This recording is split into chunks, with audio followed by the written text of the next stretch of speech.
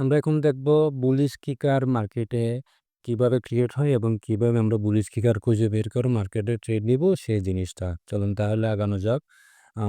Market মনে করেন down ট্রেন্ডে থাকা অবস্থায় বুলিশ কিকার বেশিরভাগ ক্রিয়েট হয় এবং মার্কেটের সাপোর্ট লেভেলে, অর্থাৎ একদম মার্কেটের নিচের দিকে যখন মার্কেট থাকে তখন কিন্তু এ ধরনের বুলিশ কিকারগুলো ক্রিয়েট হয়। অর্থাৎ যখন দেখবেন মোটামুটি ডাউন ট্রেন্ড এবং হুট করে যদি মার্কেট রিভার্স করে এবং ভালো গ্যাপ আপ দিয়ে উপরের দিকে উঠে যায়, তখন ধরে নেবেন এটা একটা বুলিশ কিকার। তবে বুলিশ কিকারের বডি হবে মোটামুটি উভয় ক্যান্ডেলের বডি হেলদি বডি হতে হবে। উইক কিন্তু অ্যাজ ইউজুয়াল উইক, নর্মাল উইকগুলো থাকতে হবে। অনেক লম্বা, যদি অনেক লম্বা উইক বডি ছোট তাহলে কিন্তু হবে না। অনেক লম্বা উইক বডি ছোট এই ধরনের ক্যান্ডেল হলে হবে না, ঠিক আছে? অর্থাৎ মোটামুটি হেলদি ক্যান্ডেল, ছোট উইক থাকতে হবে এবং ভালো একটা গ্যাপ আপ দিয়ে মার্কেট উপরের দিকে যদি উঠে যায় তখন বুঝে নেবেন এটা বুলিশ কিকার। তখন আপনি কনফার্ম হয়ে গেলেন যে মার্কেট আরও উপরের দিকে চলে যাবে, তখন আপনি আপের জন্য ট্রেড নিতে পারেন। এটা একটা আপ ট্রেন্ডের কনফার্মেশন।